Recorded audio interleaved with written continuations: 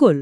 اور حیرت کی بات یہ ہے کہ یہ گواہی کسی ماننے والے کی طرف سے نہیں ہے بلکہ ایک انتہائی سخت مخالف کی طرف سے ہے. مواد میں اس عرب سردار اور زبان کے ماہر کا واقعہ تفصیل سے ہے. یہ وہ شخص تھا جسے اس کلام میں کیڑے نکالنے کے لیے بھیجا گیا تھا تاکہ وہ ثابت کر سکے کہ یہ محض شاعری ہے یا جادو. اور وہ اس ارادے میں کتنا کامیاب ہوا یہ تحریر میں بہت واضح ہے. جی بالکل. مواد کے مطابق جب اس نے وہ کلام سنا تو اس نے واپس جا کر جو گواہی دی وہ کمال تھی. ولید بن مغیرہ نے اعتراف کیا کہ خدا کی قسم جو کلام وہ پڑھتے ہیں وہ نہ شعر ہیں اور نہ جادو. اس کلام میں ایک خاص قسم کی مٹھاس ہے، ایک عجیب سی چمک ہے. اس نے مزید کہا کہ اس کا اوپر والا حصہ پھلدار اور نیچے والا بے پناہ فیض بخش ہے. یقیناً یہ کلام ہر چیز پر غالب ہے اور اس پر کوئی غالب نہیں آ سکتا.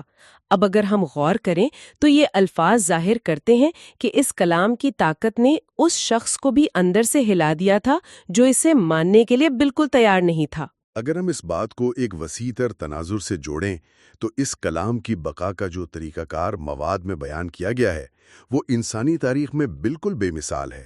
تحریر بتاتی ہے کہ یہ صرف اوراق یا چمڑے کے ٹکڑوں پر محفوظ نہیں رہا بلکہ اس کی حفاظت کا اصل ذریعہ انسان خود بنے ہیں. آپ حفظ کرنے کی بات کر رہے ہیں؟ جی، آج بھی دنیا بھر میں لاکھوں افراد ایسے ہیں جنہوں نے اس پوری کتاب کو اس کے ایک ایک حرف اور تلفظ کے ساتھ اپنے سینوں میں حفظ کر رکھا ہے. یہ بات واقعی حیران کن ہے.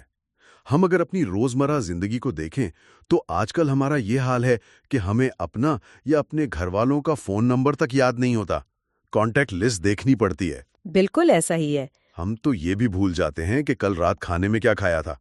لیکن دوسری طرف لاکھوں لوگ جن میں چھوٹے بچے بھی شامل ہیں 600 صفحات کی پوری کتاب لفظ بلفظ یاد کر لیتے ہیں، اور وہ بھی اس زبان میں جو شاید ان کی مادری زبان بھی نہیں. انسانی یادداشت کا ایک غیر معمولی پہلو ہے یہ. مصنفین نے یہاں ایک بہت طاقتور خیال پیش کیا ہے. وہ کہتے ہیں کہ فرض کریں اگر کسی بڑی عالمی تباہی کے نتیجے میں دنیا کی تمام کتابیں مٹا دی جائیں، لائبریریاں جل جائیں، سب کچھ ختم ہو جائے، جی کاغذ کا ایک ٹکڑا بھی باقی نہ رہے، تب بھی یہ دنیا کی وہ واحد کتاب ہے جسے ان لاکھوں حافظوں کے سینوں سے نکال کر حرف بحرف دوبارہ لکھا جا سکتا ہے. یہ ڈیٹا کو محفوظ رکھنے کا ایسا طریقہ ہے جس کی مثال دنیا کی کسی اور کتاب کی تاریخ میں نہیں ملتی. اور صرف بقائی نہیں، اس مواد کے اختتام کی طرف بڑھتے ہوئے اس بات پر بھی روشنی ڈالی گئی ہے کہ اس کلام نے دنیا پر کیا اثرات مرتب کیے. اس نے محض عرب کے چند قبیلوں کو متاثر نہیں کیا بلکہ انسانی تاریخ کا دھارا بدل دیا. بالکل. مصنف کے مطابق اسی کلام نے انسانیت کو جاہلیت کے ان اندھیروں سے نکالا جہاں بیٹیوں کو زندہ دفن کر دیا جاتا تھا، اور انہیں علم اور معاشرتی عدل کا ایسا راستہ دکھایا جس نے عظیم تہذیبوں کی بنیاد رکھی. تو اس سب کا آخر کیا مطلب ہے؟ اگر ہم آج کی اس ساری دلچسپ گفتگو کا خلاصہ پیش کریں تو اس مواد نے بڑے منظم انداز میں یہ استدلال پیش کیا ہے کہ کیسے یہ کتاب ماضی کے وقتی اور طبی معجزات سے ہٹ کر ایک عقلی اور ابدی معجزہ بن کر سامنے آئی، جس نے بڑے بڑے زباندانوں کو چیلنج کیا. جی ہاں، اور صدیوں بعد آنے والی جدید سائنس کے لیے دروازے کھولے، دشمنوں سے عظمت کا لوہا منوایا اور دنیا کے سماجی نظام کو بدل کر رکھ دیا. اور اس کے ساتھ ہی یہ تحریر علم حاصل کرنے والوں کے لیے ایک عملی سبق بھی چھوڑتی ہے. مصنفین کا پیغام یہ ہے کہ اتنے بڑے دعوے کرنے والی کتاب کو محض روایتی طور پر پڑھ لینا کافی نہیں ہے. اس کے پیغام کی روح کو سمجھنا اور اسے عملی زندگی کا حصہ بنانا ضروری ہے.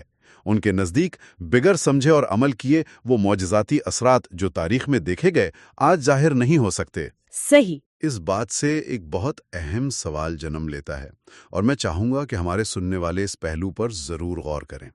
آج ہم ایک ایسے ڈیجیٹل دور میں ہیں جہاں ہم نے اپنی تمام تر ہسٹری، سائنس اور یادوں کو محفوظ کرنے کے لیے سرورز اور کلاؤڈ سٹوریج پر انحصار شروع کر دیا ہے.